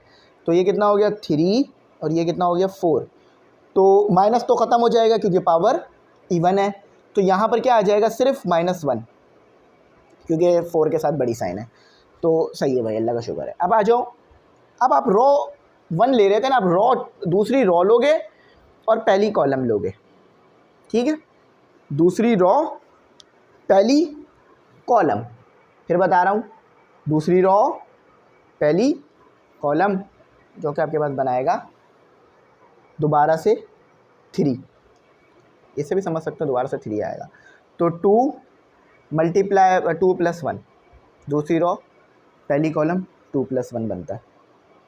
अच्छा देखो भाई, दूसरी रॉ नहीं लेना और पहली कॉलम नहीं लेनी, ये जो है ना 2 3 1 ये दूसरी रॉ है और 2 3 2 ये पहली कॉलम है, तो दूसरी रॉ पहली कॉलम हटा दिया, यानी देखो मैं समझा देता हूँ ताकि आपको समझ में आ जाए। ये रॉ हटा दी मैंने, अच्छा ऊपर क्या था 1 था ना, हाँ 1 था, ये 1 था, और ये कॉलम हटा दी मैंने, ठीक है, ये कॉलम, क्योंकि उन्होंने बोला था ना 2 + 1, तो दूसरी रॉ हटा दी, पहली कॉलम हटा दी, तो क्या बच गया 1 1 1 1 1 2, ठीक है, तो 3 आ जाएगा, 1 + 2 + 1 3, तो ये कितना हो गया 2 1, ठीक है। तो देखो यहाँ तो माइनस आएगा, क्यों, क्योंकि पावर ऑड है, तो ये क्या हो जाएगा -1 और ये हो जाएगा 1, तो दोबारा -1 आ गया। अच्छा देखो भाई, अब मैं आपको डायरेक्ट भी करा सकूँगा क्योंकि हमने समझ लिया है, क्योंकि देखो मैं बार बार ये रॉ और कॉलम बनाऊँगा ना तो आपका टाइम ज़ाया होगा, तो इसीलिए। बाकी नंबर तो लिखे हैं मैंने आपके सामने। तो अब देखो दूसरी रो दूसरा कॉलम, उसको हटा दो, उसको मत लो, बाकी सब ले लो। तो 2 + 2 हो जाएगा। तो दूसरी रो तो यही रहेगी, दूसरा कॉलम ये रहेगा 2 2 1 2 2 2 1 2। तो कितना हो गया भाई, आप लोग बताएं कितना हो गया? 4 - 2। तो माइनस तो ख़त्म हो जाएगा क्योंकि पावर इवन है, सिर्फ 2 आ जाएगा। ठीक है, 2 स्टेप करने की ज़रूरत नहीं पड़ेगी क्योंकि ये तो 1 ही बचेगा ना। अच्छा, नेक्स्ट स्टेप, दूसरी रो तीसरा कॉलम, -1 2 + 3। दूसरी रो तीसरा कॉलम, दूसरी रो तीसरा कॉलम 2 1 2 1 2 1 2 1। आप चाहो तो जो यहाँ पर मैं पेन फेर रहा हूँ ना उस पर लाइन मार लो अपने पास। दूसरी रो तीसरा कॉलम 2 1 2 1 ही बचेगा। तो पावर ऑड आ गई है, तो 2 - 2, अरे ये तो 0 आ गया भाई, ये तो 0 आ गया, बिल्कुल सही है, कोई मसला नहीं है। अब 0 को -1 के साथ मल्टीप्लाई करा भी दोगे तो वो फिर भी 0 ही रहेगा। ठीक है, अगर कोई पूछ ले कि ऐसा क्यों हुआ तो आप बता सकोगे। अब देखो रो कंप्लीट हो गई है, तीसरी रो, अब तीसरी पे आ जाते हैं, दूसरा कंप्लीट हो गया है। तीसरी रो पहला कॉलम, वाह माशाल्लाह आप लोग सीख गए हैं भाई, खुद से कर रहे हैं आप चीज़ें। तो क्या करूं मैं, हाँ 3 + 1, बिल्कुल बोर नहीं होते हैं, ऐसे पढ़ते हैं कि समझ भी आए। तो 4 से शुरू होगा ना, क्योंकि हमने तीसरी रो ली है और पहला कॉलम लिया है, तो बिल्कुल ठीक है 4 आएगा। लिख लो पहले से, ऐसे लिख लो। तो क्या आ क्या रहा है, जो बच रहा है ना ब्रैकेट के बाहर वही आ रहा है, 1 2 1 1। 5 भी आ जाते तो 1 2 5 हो जाती। ठीक है, तो ये 4 हो गया, ये 1 - 2 हो गया। अच्छा देखो पावर इवन है तो वो तो माइनस ख़त्म हो जाएगा, लेकिन ये वाला माइनस आ जाएगा तो -1 हो जाएगा। ठीक है, तो -1 हो गया ना। चलो थोड़ा जल्दी कर सकते थे, लेकिन मैंने कहा कि आपको समझ में आना ज़्यादा बेहतर रहेगा। टाइम अगर मेरा बच भी जाए तो इससे क्या बचेगा मुझे, आपको समझ नहीं आया तो फिर बेकार है। मेरे लिए असल जो प्रायोरिटी है ना वो आप लोग हो, कि आपको समझ में आ जाए ये सॉल्व करना, क्योंकि यहाँ पर ना सिर्फ आपको इक्वेशनों को, चीज़ों को सॉल्व करना सिखाया जाता है मैथमेटिक्स में। इसकी एप्लीकेशंस आप फिज़िक्स और केमिस्ट्री की तरफ जाके पढ़ोगे। बायो में तो शायद हो या ना हो, क्योंकि बायो तो मैं पढ़ता भी नहीं हूँ। अच्छा तो अब देखो भाई, तीसरी रो दूसरा कॉलम 2 3 1 2 3 1। देखो ये होती है ना गलती, बोला 2 3 है और लिख रहा हूँ 1 2 है, 2 3 1 1। ठीक है, तो ये क्या हो गया 5, ये हो गया 2 - 3। तो देखो पावर ऑड है तो -1 तो रहेगा, और यहाँ भी -1 आ गया तो ये 1 आ जाएगा। अच्छा अब आ जाते हैं आखिरी पर, कि तीसरी कॉलम छुपानी है आपने और तीसरी रो ही छुपानी है आपने। चलो थोड़ा सा मुझे नीचे जाना पड़ेगा, मैं आप लोगों को दिखा दूंगा कि ऊपर मैंने क्या किया, क्योंकि मेरे पास जगह नहीं है ना इसलिए। तो ये मेरे पास आ रहा है, क्या आ रहा है मेरे पास, -1 3 + 3 माशाल्लाह से। अब मुझे बोर्ड यूटिलाइज़ करना आ गया, तो क्या बचा 2 3 1 2 3। अच्छा यहाँ भी वही सेम आ रहा है, 2 3 1 2 2 3 1 2। तो ये आया -1 और ये 6 हो जाएगा, 3 + 3 6। तो ये 4 और ये 3, तो ये तो माइनस ख़त्म हो जाएगा क्योंकि पावर इवन है, तो यहाँ सिर्फ आपके पास 1 आ जाएगा। तो अब आपने सी का ब्रैकेट लिखना है, सॉरी ए का ब्रैकेट लिखना है। ए का ब्रैकेट आपने क्या निकाला, ए का ब्रैकेट आपने निकाला, ए का ब्रैकेट आपके पास आया होगा, ए का ब्रैकेट एडजॉइन नहीं है वो, ये ब्रैकेट लिखा जाएगा। तो ये जो यहाँ आपके पास आएगा C11 + C21, हाँ 1 2 1 2 प्लस, थोड़ा सा और मैं बोर्ड इस तरफ कर देता हूँ, प्लस नहीं आएगा सॉरी, C13। तो C21 C22 C23, जो भी C23 है वो यहाँ लिख देना, जो भी C21 है वो यहाँ लिख देना। और ये कहाँ से पता चल रहा है आपको, ये आपको यहाँ से पता चल रहा है। अच्छा मैंने इधर प्लस लगा दिया था बीच में, प्लस मैंने सिर्फ इसलिए लगा दिया था ताकि आपको समझ में आ जाए कि ये हो क्या रहा है, तो प्लस हटा दिया मैंने। ठीक है, प्लस हटा दिया मैंने, इधर 3 आएगा, ये 1 आएगा, करीब करीब कर रहा हूँ, ये 2 आएगा, ये 3 आएगा। ये मैंने प्लस सिर्फ इसलिए लगाया था ताकि आप लोगों को बात समझ में आने लग जाए। अच्छा सी नहीं आएगा, यहाँ ए आएगा, क्योंकि भाई देखो हम ए के लिए काम कर रहे हैं ना, ये बार बार सी लिख रहा हूँ मैं इसको, ये ए, ये ए, ये ए, ये ए सी जनरल फॉर्म है, इसीलिए वो मैं बार बार इस्तेमाल कर रहा हूँ। 2 1, ठीक है, 3 1 और 3 2 और 3 3, ठीक है, समझ गए ना, कोई मुश्किल तो नहीं है। अच्छा अब बस जो भी वैल्यूज़ आई हैं वो पुट कर दो। अब मुझे यहाँ पुट कर देता हूँ, ठीक है। तो A11 क्या आया है मेरे पास 3, देख लो ये A11 3 आ रहा है, और A12 क्या आया है मेरे पास -4, और A13 क्या आया है मेरे पास -1। अब ये हो गया है, बस ये आंसर ही है इसका, ये A लिख रहा हूँ मैं, ठीक है। और उसके बाद A21 क्या आया है मेरे पास -1, A22 क्या आया है मेरे पास 2, देखो A22 मेरे पास 2, A23 क्या आया है मेरे पास 0, A31 क्या आया है मेरे पास -1, A32 क्या आया है मेरे पास 1, A33 क्या आया है मेरे पास 1, ठीक है, ये आ गया। अच्छा अब ये चीज़ मैं रिमूव कर देता हूँ, ये चीज़ मैं रिमूव कर देता हूँ, क्योंकि मेरे को जो चाहिए था वो तो मैं लिख चुका हूँ ऑलरेडी। देखो भाई आपके पास एडजॉइन ए तो आ गया, अब आपने क्या करना है, इसका ट्रांसपोज करना है। एडजॉइन ए का आप ट्रांसपोज भी लेते हो, तो एडजॉइन ए का आप ट्रांसपोज ले लो। अब ट्रांसपोज में क्या करते हो, रॉ को कॉलम बना देते हो। ये 3 -4 -1 -1 2 0 -1, अब ये रो है, कॉलम बन जाएगी 1 1, ठीक है। अब एडजॉइन ए आ गया है, डिटर्मिनेंट ए आ गया, इसको इन्वर्स में पुट कर दो, आपका ए इन्वर्स आ गया। तो ये क्या आ रहा है आपका 3 -4 -1 -1 2 0 -1 1 1, ठीक है। और नीचे आप ये लिख दो 1 लिख दो। अब देखो नीचे 1 हो, लिखने की ज़रूरत तो होती नहीं है, लेकिन मैंने फिर भी लिख दिया है ताकि आपको ये पता रहे कि डिटर्मिनेंट ए आपके पास 1 आया था। इसको मैच कर लेते हैं, तो 3 बिल्कुल सही है, -4 बिल्कुल सही है, -1 भी बिल्कुल सही है, यहाँ भी -1 सही है, 2 सही है, 0 सही है, -1 1 1 सही है। देखो ये इसका तरीक़ेकार था, मैंने एक एक स्टेप एक्सप्लेन भी किया और बताया भी कि हुआ कैसे और आया कैसे। अब मैं उम्मीद करता हूँ आपको बाय एडजॉइन मेथड से आप निकाल लोगे इन्वर्स। अगर आपको इस जैसा कोई और भी सवाल मिल जाए तो भी प्रॉब्लम नहीं है। हाँ भाई चलो अब इसका ना क्वेश्चन 13 करते हैं। तो ये रहा आपके सामने क्वेश्चन नंबर 13, जो कि आपके पास थ्योरम है।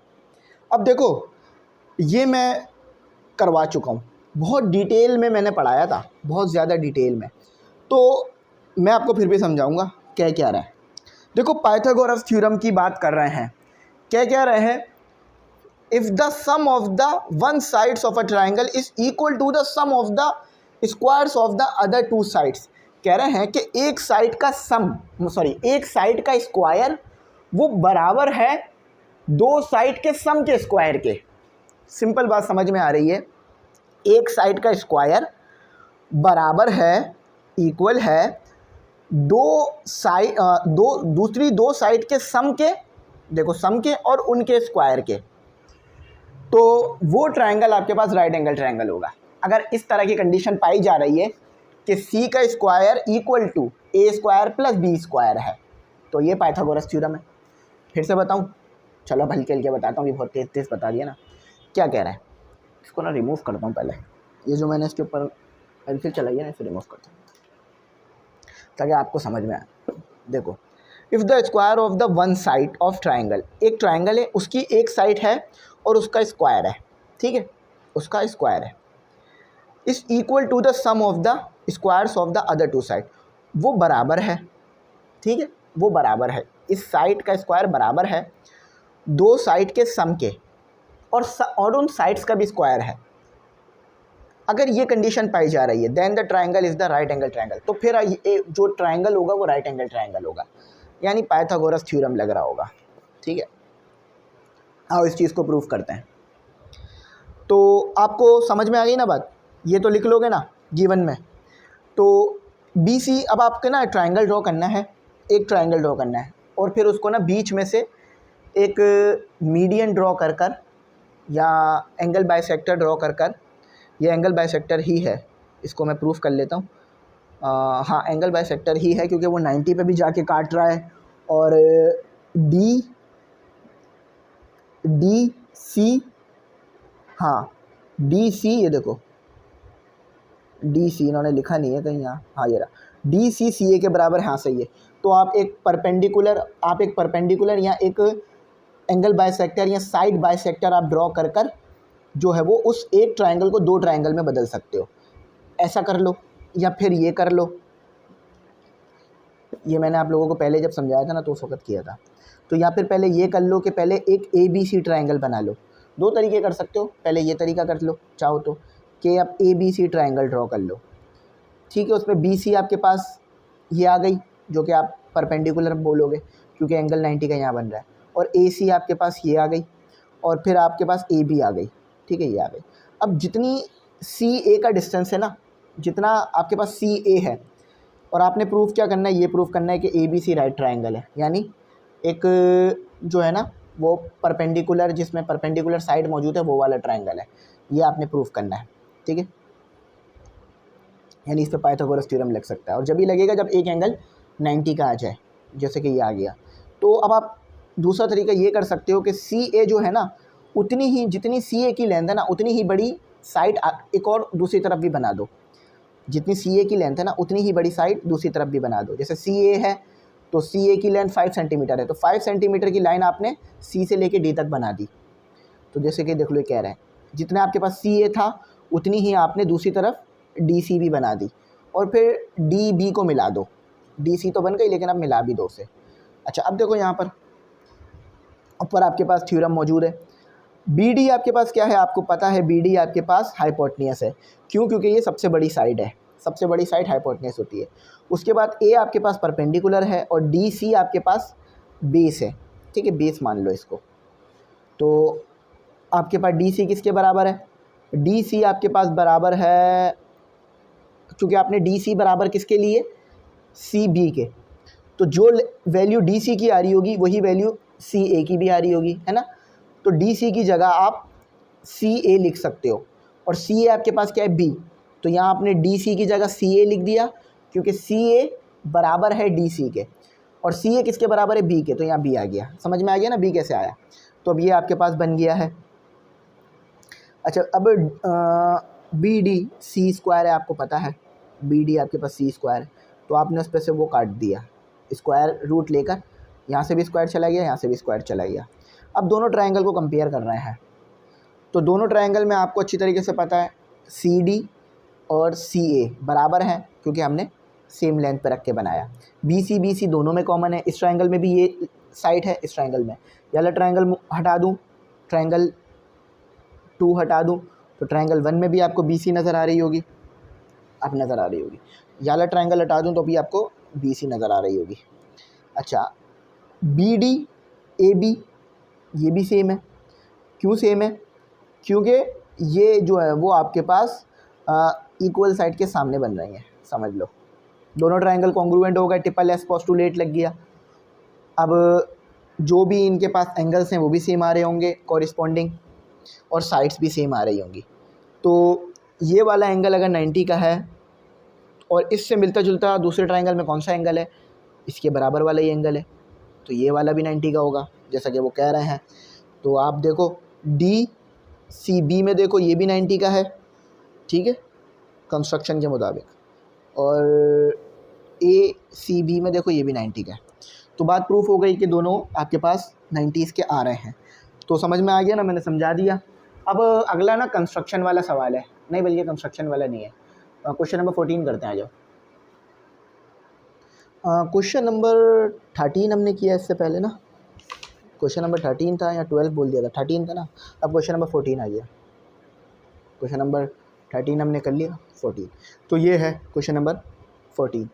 क्या कह रहे हैं, a line parallel to one sides of a triangle, एक लाइन पैरेलल है और वो पैरेलल लाइंस जो है ना आपस में एक दूसरे को कट भी कर रही हैं, ठीक है, कट भी कर रही हैं आपस में। और हमने ये पढ़ा था कि आपके पास अगर दो ट्रायंगल है, एक छोटा है और एक बड़ा है, एक ट्रायंगल की बेस 2 सेंटीमीटर है और एक ट्रायंगल की बेस 1 सेंटीमीटर है। एक ट्रायंगल का परपेंडिकुलर 4 सेंटीमीटर है और दूसरे ट्रायंगल का जो परपेंडिकुलर है वो 2 सेंटीमीटर है। तो दोनों ट्रायंगल्स आपस में प्रोपोर्शनली बराबर होंगे। क्यों? क्योंकि रेशो 1/2 का आएगा। ये बात आप ज़्यादा अच्छी समझ सकते हो इन दोनों ट्रायंगल्स को देखकर, ठीक है। तो अभी उसी चीज़ को समझ लेते हैं। तो आपके पास बेसिकली AD कहाँ है, AD और BD, इसका रेशो बराबर आएगा AE और EC के। ये आपने प्रूफ करके बताना है। तो कुछ यहाँ पर कंस्ट्रक्शन लिखी हुई है, DE BC ये पैरेलल बनाई जाएंगी। ये जो आपको नज़र आ रहा है ना, इस पर मैंने पेंसिलें लगाई हुई हैं। ये जब लगाए थे, जब मैंने ये आपको ना एक्सरसाइज में समझाया था। DE कहाँ है, ये रहा DE और BC ये पैरेलल हैं, सेम लेंथ की नहीं है लेकिन पैरेलल हैं, ठीक है। तो DE BC ये आपस में पैरेलल है। इसी तरह से और भी चीज़ें पैरेलल हैं आपस में, बाकी वो लिखा हुआ नहीं है। तो बस ये दो लाइन ही पैरेलल हैं आपस में। ये आपने प्रूफ करना है कि A से लेके D, D से लेके B इसका रेशो बराबर है A से लेके E, E से लेके C तक के रेशो के।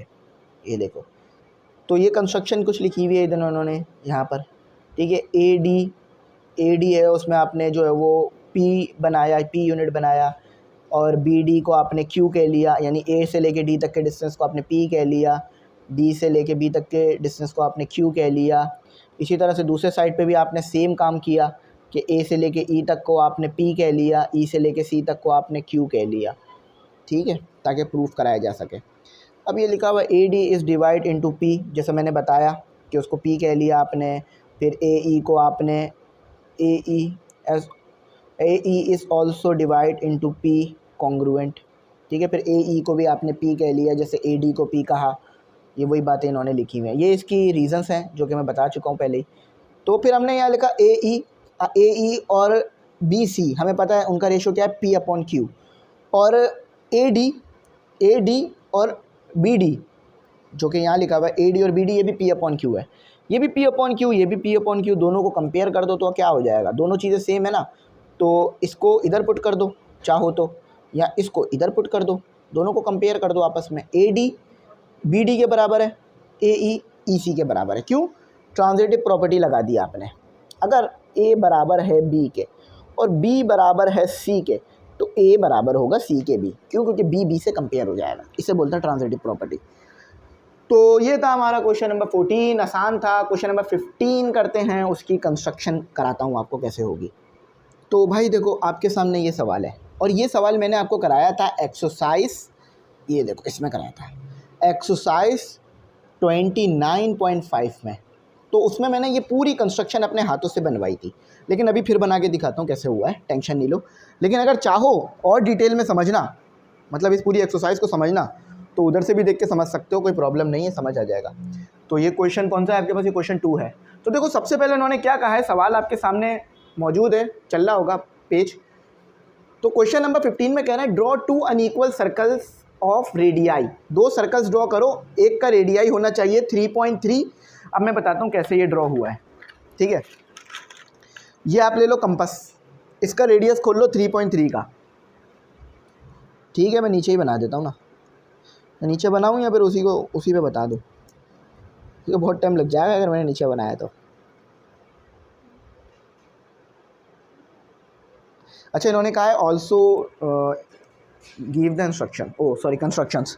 तो कंस्ट्रक्शंस पहले लिख लो, कंस्ट्रक्शन ये देख लो, ठीक है। ये कंस्ट्रक्शन, इस पूरी कंस्ट्रक्शन को लिख लो, ठीक है, कि कैसे बनाना है, क्या करना है। मैं अभी ये करके दिखा भी देता हूँ कैसे होगा ये काम, ठीक है। समझ में आ गई कंस्ट्रक्शन कैसे लिखनी है? चलो आ जाओ, मैं इधर बताता हूँ। तो सबसे पहले आपने इसका रेडियस खोलना है 3.3 का, और सर्कल सबसे पहले आपने सर्कल नहीं बनाना, सबसे पहले आपने A और B पॉइंट बनाने 8 सेंटीमीटर के। देखो नज़र आ रहा है, A और B पॉइंट बना लिया मैंने 8 सेंटीमीटर का। सबसे पहले ये काम करना है, कंस्ट्रक्शन में भी यही लिखा हुआ है, 8 सेंटीमीटर की सबसे पहले लाइन बनाओ AB। ठीक है। और ए जो है वो सेंटर होगा सर्कल 1 का और बी जो है वो सेंटर होगा सर्कल 2 का, ठीक है। उसके बाद रेडियाई कितना खोलने का बोला इन्होंने 3.3, मतलब रेडियस कितना खोलने का बोला 3.3। तो ये मैंने यहाँ रखा 3.3, ये खोल लिया। तो ये दिख नहीं रहा होगा आपको, देखो ये टिप यहाँ रखी मैंने और थोड़ा सा मैंने इसको आगे ले गया तो 3.3 का मेरे पास रेडियस खुल गया और पहला सर्कल मैंने ड्रॉ कर लिया। देखो बिल्कुल एक्यूरेट ड्रॉ हो रहा है जैसे मैंने पहली बारी में किया था, ठीक है। पहला सर्कल आ गया। अब इसी तरह से दूसरा सर्कल बना लो। कंस्ट्रक्शन में स्टेप्स लिखे हैं वो देखते रहना, ठीक है, वो लिख लेना अपने पास फ़ौरन। अब 1.1 का बना लो, देखो 1.1, ठीक है, 1.1 का बना लिया आपने। थोड़ा सा ये कम बना है हमारे से, थोड़ा सा बिल्कुल मिलीमीटर का फ़र्क आ रहा है, इतना तो फ़र्क ये आ ही जाता है, लेकिन कोई मसला नहीं है, फिर भी सही हो रहा है, ठीक है। ये बन गया, ठीक है। तो आपने क्या करना है, अब आपने ओ ए का रेडियस खोलना है, मतलब ओ ए पे एक रेडियस रखना है, ठीक है। ये आपने रेडियस रख लिया, ठीक है, ये एक रेडियस बना लिया, जितना ओ ए है ना इतना एक रेडियस बना लिया। और अब एक और सर्कल ड्रॉ कर देना है। देखो देख रहे हो, ये ड्रॉ कर दिया मैंने, तो नज़र आ गया एक और सर्कल ड्रॉ होता हुआ। ये आ गया एक और सर्कल आपके सामने। अच्छा, अब आपने क्या करना है अगले स्टेप में, अगले स्टेप में आपने, मैं दिखा देता हूँ ना, बल्कि छुपा के करूँगा तो क्या फ़ायदा होगा। विथ सेंटर ए पे रखना है, bigger than of centre of bigger circle, बड़े सर्कल का रेडियस 5.8, मतलब जो अभी हमने सर्कल बनाया ना वो 5.8 का बना है, जो अभी बड़ा सर्कल बनाया ना वो। अच्छा, तो सॉरी ये वाला है, वो पीछे वाला नहीं था, ये वाला था,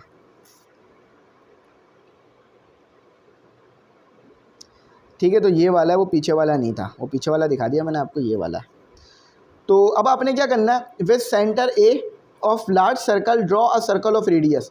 तो अब आपने एक और सर्कल ए को सेंटर रखते हुए ड्रॉ करना है, यानी आपने जो है ना वो ऐसा सर्कल ड्रॉ करना है जिसका रेडियस 1.2 हो। आपको 1.2 कैसे पता चल रहा है कि 1.2 का ड्रॉ करना है, कि 3.3 और 2.1 में से आपने माइनस करना है।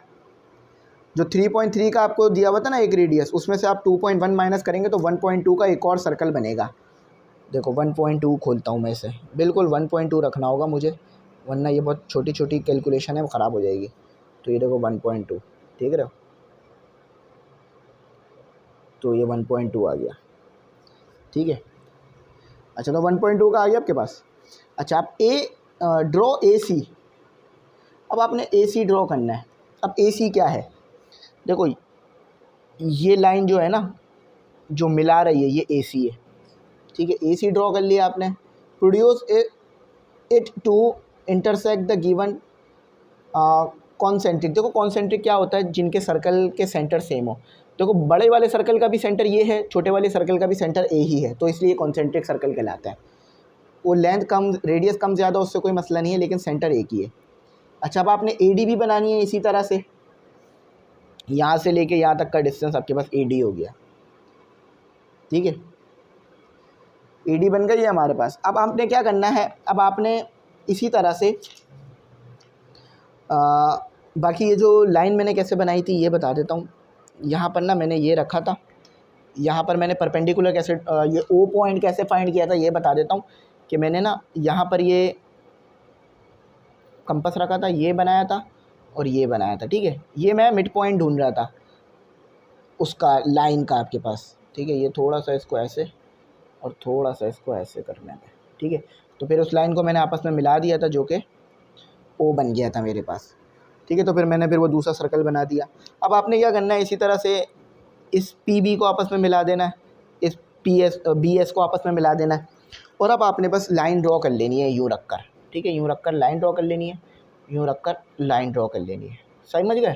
पहले ये सर्कल बनाना, फिर ये सर्कल बनाना, उसके बाद फिर क्या करना, उसके बाद आप बाइसेक्टर फाइंड करना ए बी का, जो कि ऐसे करके यहाँ पर रखोगे तो आ जाएगा, यहाँ पे रखोगे तो आ जाएगा, यहाँ पे रखोगे यहाँ पे, और इसको आपस में लाइन खींच के मिला देना।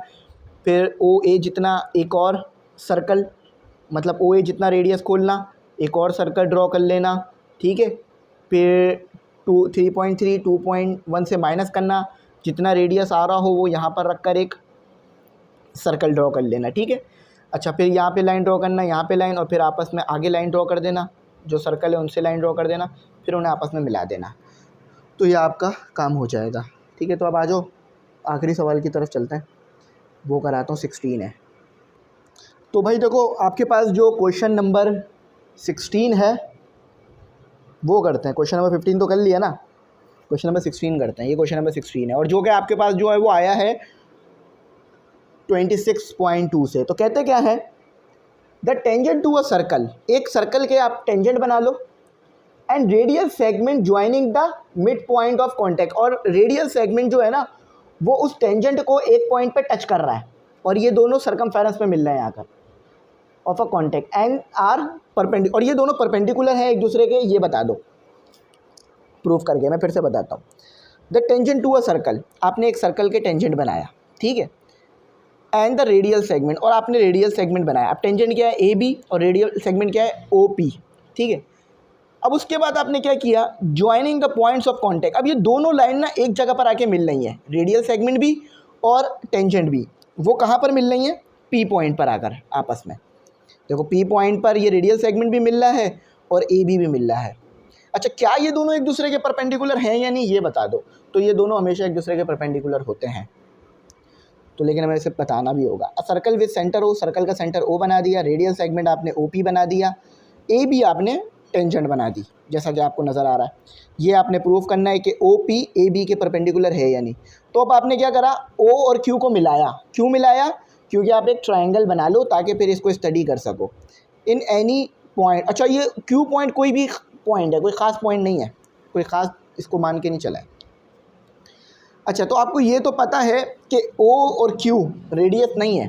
क्यों, अगर ये क्यू यहाँ पर होता ना तो रेडियस होता, लेकिन वो रेडियस से आगे गया हुआ है, वो तो बाहर है, सरकमफेरेंस से बाहर पॉइंट है क्यू। तो ये बात तो पक्की है कि ओ क्यू ओ पी से बड़ा होगा। तो ये देखो यहाँ लिखा हुआ है ओ क्यू ओ पी से ग्रेटर है, लेकिन ओ पी रेडियस है, ओ क्यू रेडियस नहीं है, याद रखना। ये देखो यहाँ लिखा हुआ भी है O P is radial segment, O Q radial नहीं है, और Q is a other point on line A B. अच्छा, याद रखना, टेंजेंट को ना जब भी बनाते हैं ना तो ए बी टेंजेंट है ना, तो आप फिर इसके लिए ना ये डबल हेड एरो बनाते हो। अच्छा, distance from the centre of all points A B except P exceed R, so all points except P lie outside the circles. तो भाई देखो, ये बात पता चल रही है कि ये जो पी पॉइंट है ना, सिर्फ पी पॉइंट ये सर्कल पे लाई कर रहा है टेंजेंट का। बाकी जितने भी पॉइंट बना लो, चाहे वो यहाँ बना लो, डी बना लो, यहाँ ई बना लो, या एफ़, कोई भी पॉइंट बना लो, वो सर्कल पे लाई नहीं करेंगे। तो यही बात इन्होंने यहाँ लिखी है कि सिर्फ पी पॉइंट सर्कल पे लाई कर रहा है ए बी टेंजेंट का, बाकी कोई भी पॉइंट नहीं करेगा लाई टेंजेंट पर, सर्कल पर टेंजेंट का। तो shortest line segment from O to point on. तो शॉर्टेस्ट लाइन आपके पास क्या है, तो पहले तो आपके पास एक टेंजेंट है, उसके बाद ओ भी आपके पास है। तो ये बात यहाँ पर इन्होंने लिख दी है कि भाई P जो है वो टेंजेंट है Q के, सही है। ये जो आपके पास ये 90 का एंगल बना रहा है। अच्छा, ये बस इसको ऐसे ही समझ लो भाई, मैं यहाँ थोड़ा समझा देता हूँ कि AB जो है ना वो हमेशा रेडियल सेगमेंट को परपेंडिकुलरली टच करता है, मतलब जो इन दोनों के दरमियान एंगल बनता है वो परपेंडिकुलर बनता है। वही बात वो वहाँ पर लिख के बता रहे हैं। अब इसका ना दूसरा सवाल भी है, इसका दूसरा पार्ट भी वो कराता हूँ आपको। तो ये है आखिरी, इसका जो वो और करके दिया हुआ ना, लेकिन ये बहुत आसान है, याद रखना। मैं फिर बता रहा हूँ, मैंने उस टाइम भी बहुत बताया था ये बात कि जब भी आपके पास दो सर्कल एक्सटर्नली टच कर रहे होंगे, देखो इंटरनली टच करते तो क्या होता कि एक सर्कल फिर दूसरा सर्कल उसके अंदर बन जाता, लेकिन ये इंटरनली टच नहीं कर रहा है, ये एक्सटर्नली टच कर रहा है। तो एक्सटर्नली टच करने से एक सर्कल बन रहा है और दूसरा सर्कल उसके बाहर बनेगा, ऐसे करके बनेगा, नोबिता का चश्मा, ठीक है।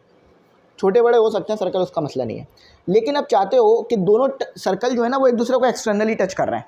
आप ये चाहते हो कि O और O प्राइम इन दोनों के दरमियान का डिस्टेंस निकाल लूँ, तो कैसे निकालोगे, OB को ऐड कर दो BO प्राइम में, आपके पास डिस्टेंस आ जाएगा। यानी दोनों के रेडियस को ऐड कर दोगे ना तो ओ से लेकर ओ प्राइम तक का डिस्टेंस आ जाएगा। क्यों? क्योंकि ओ से लेकर बी तक का डिस्टेंस आर है और बी और ओ प्राइम तक का डिस्टेंस आर प्राइम है। तो आर को आर प्राइम में ऐड कर दो, एडिशन कर दो, देखो ऐसे कर दो, तो ओ से लेकर ओ प्राइम तक का डिस्टेंस आ जाएगा। फिर सुनो, अगर दोनों सर्कल एक्सटर्नली टच कर रहे हों तो पहले सर्कल का रेडियस दूसरे सर्कल के रेडियस में ऐड कर देना। दोनों सर्कल के दरमियान का, दोनों सर्कल के सेंटर के दरमियान का डिस्टेंस आ जाएगा। समझ गए? समझ गए। पैसे वसूल, इसी चीज़ के पैसे दे भाई बस। If two circle touch externally, दो सर्कल हैं और दोनों एक्सटर्नली टच कर रहे हैं। एक्सटर्नली से क्या मुराद है कि एक बाहर बन रहा है, एक दूसरे के सामने बन रहा है, अंदर कोई नहीं बन रहा। The distance between their centres is equal to the sum of radii. O से लेकर ओ प्राइम तक का जो डिस्टेंस है वो बराबर होगा दोनों के रेडियस के सम के। ये प्रूफ करना है। एक सर्कल जिसका सेंटर ओ है, दूसरे का ओ प्राइम है, और ओ वाला जो सर्कल है उसका रेडियस आर कहलाएगा, ओ प्राइम वाला जो सर्कल है उसका रेडियस आर प्राइम कहलाएगा, और दोनों एक दूसरे को एक्सटर्नली टच कर रहे हैं और दोनों के लिए टेंजेंट सेम रहेगी।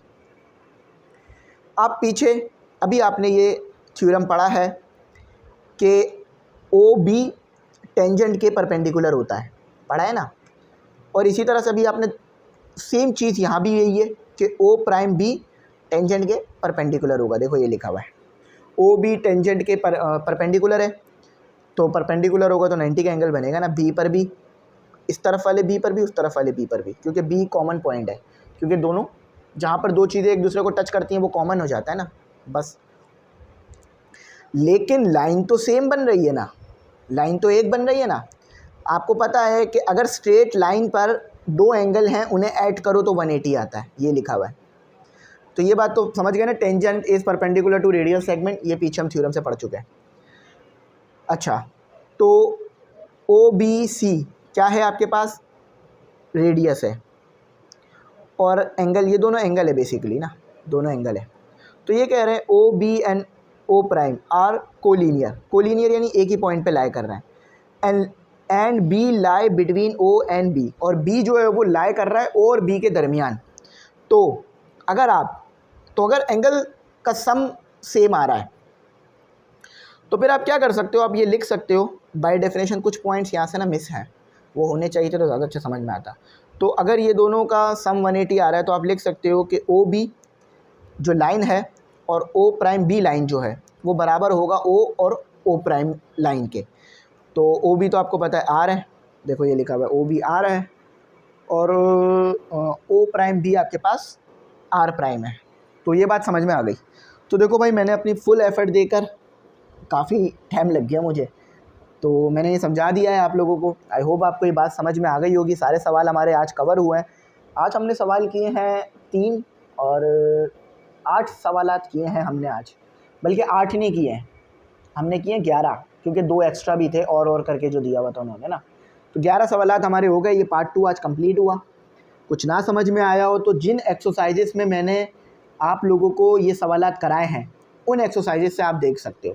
फॉर एग्जांपल, अगर ये क्वेश्चन समझ ना आया हो तो आपको अगर इसकी फुल कंस्ट्रक्शन देखनी हो तो आप लिखना exercise 29.5 by ME English centre, या सिर्फ एमई इंग्लिश सेंटर, तो वीडियो मिल जाएगी। पहले लिखोगे एक्सरसाइज 29.5 एमई इंग्लिश सेंटर, तो वीडियो मिल जाएगी, ठीक है। और फिर उसमें देख लेना, ज़्यादा डिटेल मिल जाएगी। वैसे यहाँ भी फुल डिटेल दी है मैंने, ऐसा नहीं किया कि डिटेल छुपाई है, तो लेकिन फिर भी अगर कोई बच्चा और डिटेल जाना चाहे तो जा सकता है। तो अपना बहुत बहुत ख्याल रखना, मुझे अपनी दुआओं में याद रखना। Thanks for watching. अल्लाह हाफिज़।